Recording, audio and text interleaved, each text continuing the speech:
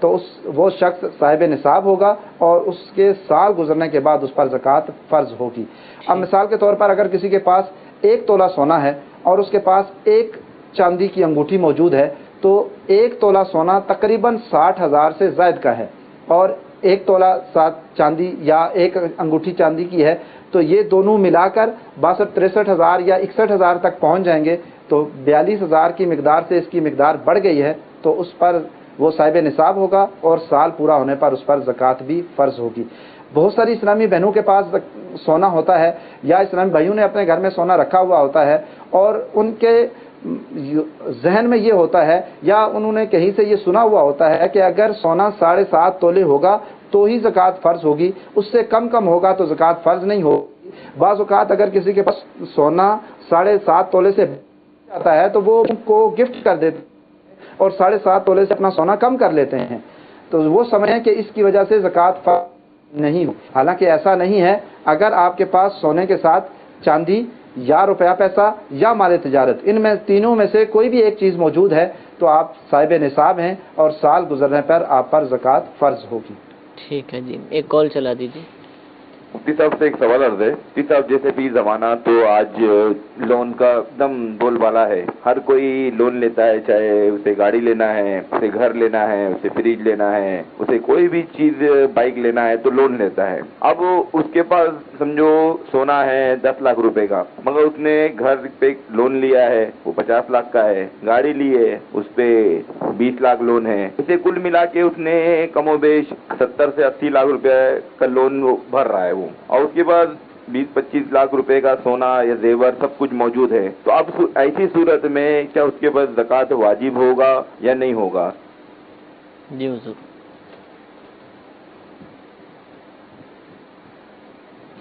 اگر کسی شخص کے پاس قرض ہے اور کسی کے اوپر قرض ہے اور قرض کی مقدار اتنی ہے کہ اگر وہ قرض اس کے کل مال میں سے نکال لیا جائے تو باقی اس کے پاس نصاب کی مقدار میں باقی نہیں بچے گا، تو اس صورت میں وہ شخص صاحب نصاب نہیں ہوگا اور اس پر زکوٰۃ فرض نہیں ہوگی۔ مثلا کسی نے کسی کا قرض 80 لاکھ روپیہ دینا ہے اور اس کے پاس جو موجودہ مال زکوٰۃ ہے، نصاب زکوٰۃ ہے، وہ تقریباً 25 لاکھ بنتا ہے یا 30 لاکھ بنتا ہے، تو اب اگر اس کے 80 لاکھ 25-30 لاکھ میں سے 80 لاکھ نکال دیا جائے تو وہ مزید 50 لاکھ کا مقروض بن جائے گا، تو اس صورت میں اب اس پر زکوٰۃ فرض نہیں ہوگی۔ البتہ اگر کسی نے کوئی چیز قسطوں پر لی ہے اور اس کے ثمن اس نے ادا کرنے ہیں تو پھر اس صورت میں یہ حکم نہیں ہوگا۔ اب جو قسط اس نے اس مہینے میں دینی ہے وہ قسط اس میں سے منہا کی جائے گی، پوری کی پوری رقم منہا نہیں کی جائے گی۔ مثلا کسی نے ایک پلاٹ خریدا ہے، 20 لاکھ کا اس نے خریدا ہے، ہر ماہ میں اس کو 50,000 کی قسط دینی پڑتی ہے۔ اب جس وقت وہ نصاب کا حساب کر رہا ہے یا جس دن اس پر نصاب کا سال پورا ہو رہا ہے، اس دن اب اس کے پاس مثال کے طور پر 10 لاکھ روپیہ بنتا ہے، تو اب اس نے 50,000 کی ایک قسط دینی ہے، تو 10 لاکھ میں سے 50,000 کی قسط نکال کر باقی 9.5 لاکھ پر اس کی زکوٰۃ فرض ہوگی۔ اب ایسا نہیں کہیں گے کہ اس نے 18-20 لاکھ یا 15 لاکھ پلاٹ کی قسطوں کی صورت میں ادا کرنا ہے تو اب اس کو پورے مال میں سے نکال کر باقی پر زکوٰۃ ہوگی، ایسا نہیں ہے، کیونکہ وہ مال جو اس نے دینا ہے وہ قرض نہیں ہے، وہ ثمن ہے، اور ثمن بھی اس نے قسطوں کی صورت میں خود طے کیا ہوا ہے، تو جو قسط جس وقت میں اس نے ادا کرنی ہے وہی قسط منہا کی جائے گی، باقی سارا مال اس میں سے منہا نہیں کیا جائے گا۔ باقی پر اگر وہ نصاب کی مقدار میں ہے اور شرائط پائی جاتی ہیں تو زکوٰۃ فرض ہوگی۔ ٹھیک ہے۔ اچھا، جب سوال چل رہا تھا تو لون کی انہوں نے بات کی، سائل نے، محترم نے، کہ لون کا بول بالا ہے، دور دورہ ہے، اور ہر چیز کے لیے لون لیا جاتا ہے، ٹی وی کے لیے، فریج کے لیے، گاڑی کے لیے، مکان کے لیے۔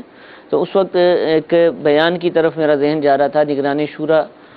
دامت برکاتہم العالیہ نے اس حوالے سے، لون کے حوالے سے، سود کے حوالے سے ایک بیان کیا تھا، کیونکہ عموماً جو لون لیا جاتا ہے، قرض لیا جاتا ہے، بینکوں سے لیا جاتا ہے اور اس کے بعد پھر اس پہ سود بھی ادا کرنا پڑتا ہے۔ تو اسی طرح کی باتیں کہ لون لے لیا اور سود ادا کر دیا اور کوئی مسئلہ نہیں، تو نگران شورا کا ایک بیان تھا، غالباً اس کا جو موضوع تھا سود کی نحوست، غالباً یہی تھا، اور اس کا بعد میں ایک تحریری صورت میں، اس کو رسالے کی صورت میں بھی مکتبۃ المدینہ سے شائع کیا گیا تھا۔ تو اس بیان کو آپ سنیے، دعوت اسلامی کی ویب سائٹ سے انشاءاللہ یہ بیان آپ کو مل جائے گا، اور مکتبۃ المدینہ سے جو اس کا رسالہ شائع ہوا ہے اس کو بھی آپ حاصل کر سکتے ہیں. دعوت اسلامی کی ویب سائٹ سے بھی آپ اس کو ڈاؤن لوڈ کر سکتے ہیں. پورا نام مجھے کنفرم نہیں ہے، غالباً سود کی نحوست، سود لکھیں گے دعوت اسلامی کی ویب سائٹ پر یا مکتبۃ المدینہ پر جا کر سود والے رسالے کے حوالے سے معلومات لیں گے تو انشاءاللہ آپ کو یہ رسالہ یا بیان ضرور دستیاب ہوگا. سوال یہ پوچھا جا رہا ہے میسج کے اندر کہ جس جگہ ہم کام کرتے ہیں اس جگہ پر جو وہاں کے مالکان ہیں وہ یہ کہتے ہیں کہ جو کام کرنے والا ہے، اجیر ہے، اس پر تراویح لازم نہیں ہوتی، زیادہ آپ تراویح نہ پڑھیں، تو کیا یہ بات درست ہے؟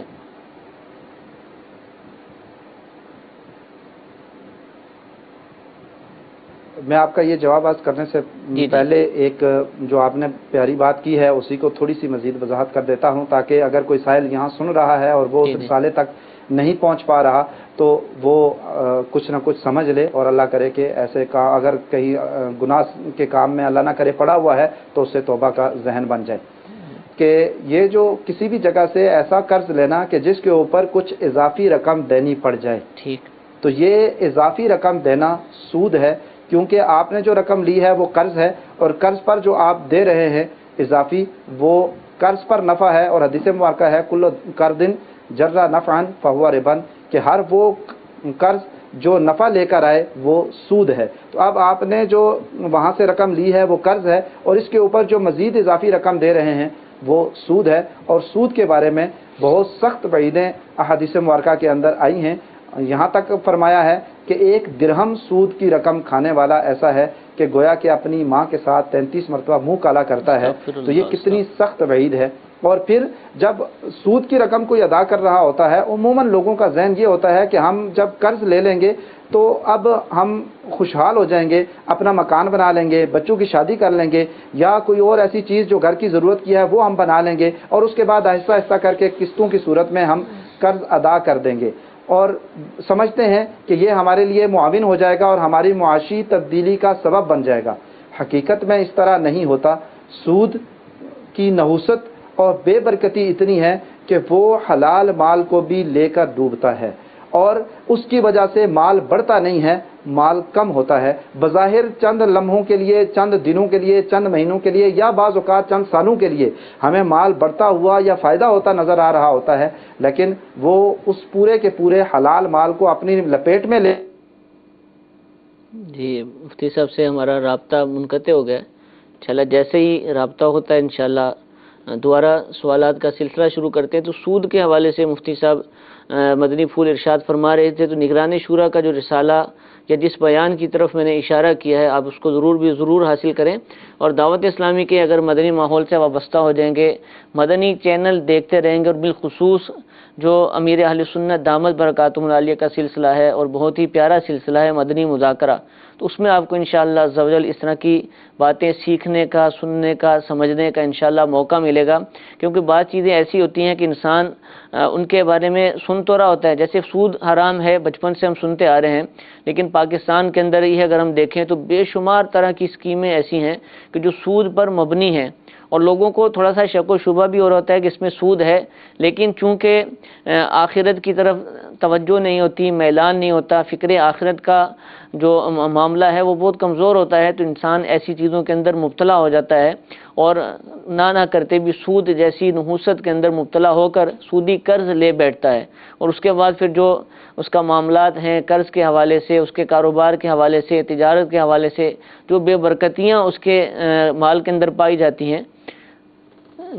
بے برکتیاں پائی جاتی ہیں، تو وہ اس کا پھر کوئی ٹھکانہ نہیں ہوتا، ساری عمر پریشانی رہتی ہے. ایک قرض اتارنے کے لیے دوسرا قرض لیتا ہے، اور قرض عام طور پر قرض حسنہ بہت کم ملتا ہے. بہت کم لوگ ایسے ہوتے ہیں کہ جو اپنے مال کو مسلمانوں کے لیے وقف کر دیں، قرض حسنہ کے طور پر دے دیں کہ جس پر ان کو سود نہ ملے، واپس اتنی ہی رقم ملے. تو لہذا جس نے قرض اتارنا ہوتا ہے، پہلے والا قرض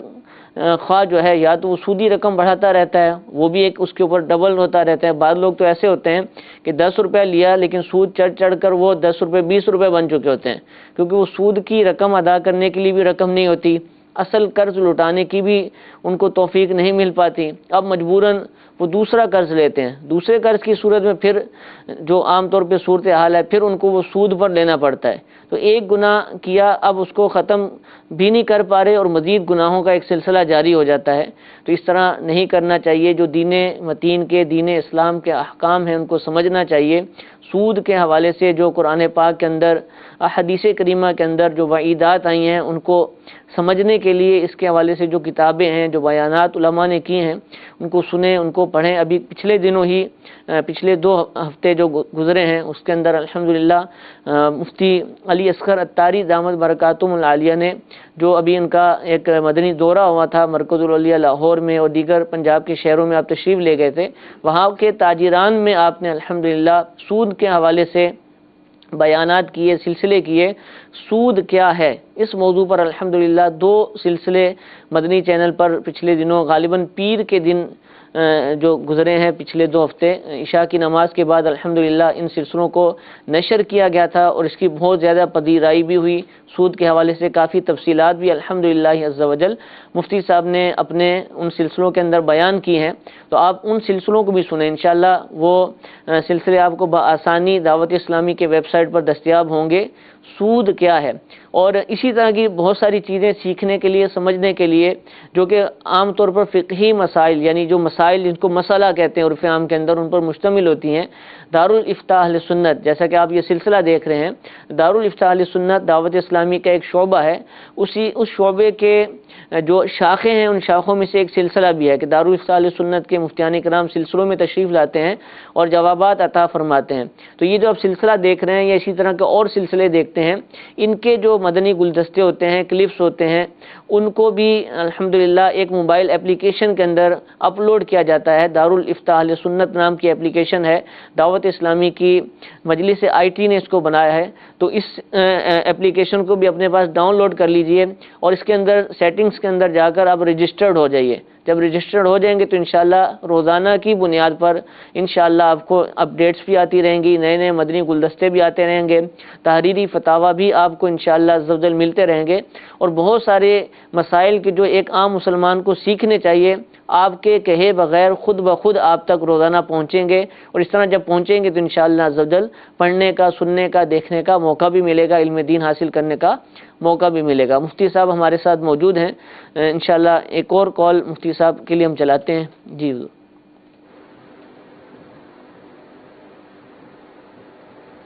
کال چلا دیجیے۔ ٹک سے زوار حسین سے عرض کر رہا ہوں، یہ جو زکوٰۃ کا معاملہ ہے، اس میں جس بندے کی ڈیلی سیلری ہے، آمدنی ہے یا منتھلی سیلری ہے، کیا وہ اسے بھی روزانہ کی بنیاد پر دے سکتا ہے یا منتھلی کی بنیاد پہ ادا کر سکتا ہے؟ جی حضور، پہلے ایک آپ نے سوال کیا تھا، اس کا جواب عرض کر دیتا ہوں کہ آپ نے سوال یہ کیا تھا کہ اگر کہیں پر کوئی شخص اجیر ہے اور وہاں پر ان کو کہا جاتا ہے کہ تراویح کی نماز نہیں پڑھنی ہے تو ان کے لیے کیا حکم ہے؟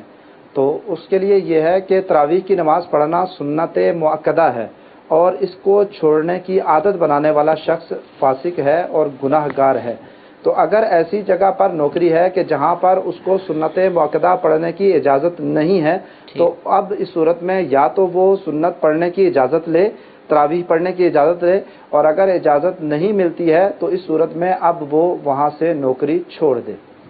دوسرا جو سوال کیا ہے کہ جو ڈیلی کی تنخواہ لیتا ہے یا منتھلی جو تنخواہ لیتا ہے تو اس صورت میں اس کی زکوٰۃ کا کیا ہوگا؟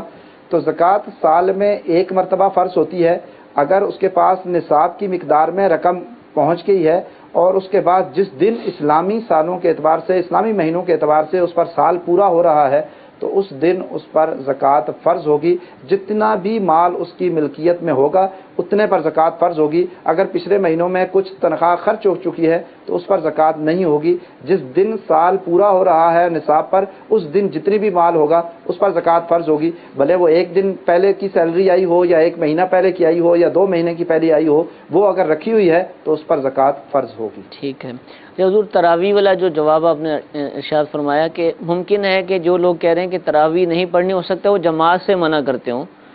تو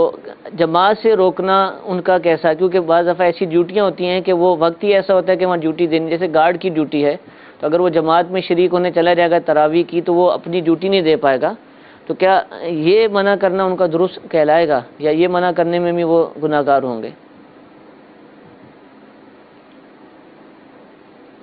جی، جو تراویح کی جماعت ہے وہ لازم نہیں ہے، اگر کوئی شخص چھوڑ دیتا ہے تو گناہ گار نہیں ہوگا۔ تراویح اکیلے بھی پڑھنا چاہے تو پڑھ سکتے ہیں، لیکن مطلقاً ان کو چھوڑ نہیں سکتے، ان کو ترک نہیں کر سکتے۔ تو اگر کسی شخص کے لیے صرف جماعت میں شامل ہونے کی پابندی ہے کہ جماعت کے اندر قرآن پاک پڑھا جاتا ہے اور 1.5-2 گھنٹے لگ جاتے ہیں یا اس سے زیادہ وقت لگ جاتا ہے اور وہ اتنا وقت دے نہیں سکتا، یا اس نے مسجد میں یا کسی اور جگہ پر سیکورٹی گارڈ کی ذمہ داری ادا کرنی ہوتی ہے جیسے آپ نے فرمایا، تو اب اس صورت میں وہ تراویح کی جماعت چھوڑ سکتا ہے لیکن تراویح نہیں چھوڑ سکتا۔ ٹھیک ہے جی، میسیج میں سوال یہ پوچھا جا رہا ہے کہ التحیات جب پڑھی جاتی ہے نماز میں تو تشہد میں جو شہادت کی انگلی اٹھائی جاتی ہے اس انگلی اٹھانے کا طریقہ ارشاد فرما دیجیے۔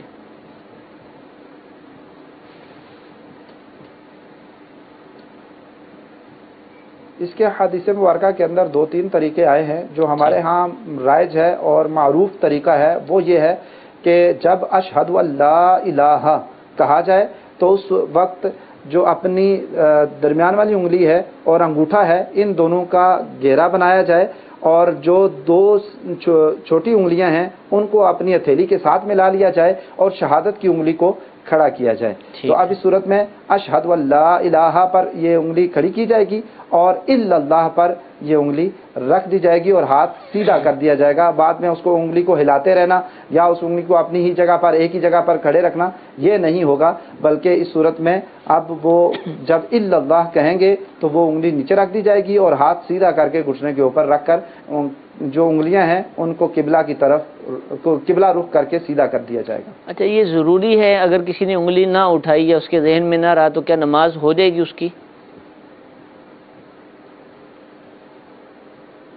جی، نماز ہو جائے گی کہ یہ سنت ہے، اگر کسی نے ایسا ادا نہ کیا یہ سنت مستحبہ ہے، اگر کسی نے ادا نہیں کیا ہے تو اس صورت میں بھی اس کی نماز میں کوئی فرق نہیں پڑے گا۔ ٹھیک ہے، جزاک اللہ، بہت بہت شکریہ مفتی صاحب۔ سلسلے کا وقت ہمارا اختتام کی طرف ہے انشاءاللہ عز و جل۔ کل پھر دارالفتاح اہل سنت کے سلسلے کے ساتھ حاضر ہوں گے 7:30 7:30 بجے انشاءاللہ عز و جل یہ سلسلہ دوبارہ براہ راست نشر کیا جائے گا۔ اس کو دیکھنے کی ابھی سے نیت فرما لیں گے تو انشاءاللہ ابھی سے اللہ کی رحمت سے امید ہے کہ ثواب ملنا شروع ہو جائے گا۔ جو بھی سلسلے ہوں اس کو دیکھا کریں، دوسروں کو ترغیب دلایا کریں۔ میسیج کا اور واٹس ایپ کا سوشل میڈیا کا دور ہے جہاں ہم دیگر چیزوں کی ترغیبات یا دیگر چیزیں شیئر کر رہے ہوتے ہیں۔ اسی طرح کے اچھے سلسلے، اچھے جو ہمارے بیانات ہیں ان چیزوں کو بھی اگر ہم شیئر کریں گے تو انشاءاللہ اس کا بھی ثواب ملے گا۔ اللہ تعالیٰ نیک کام کرنے کی توفیق عطا فرمائے، جو کچھ سنا اس کو یاد رکھنے عمل کرنے کی بھی توفیق عطا فرمائے۔ آمین بجاہ النبی الامین۔ صلو علی الحبیب صلی اللہ تعالی علی محمد صلی اللہ تعالی علیہ وآلہ وسلم۔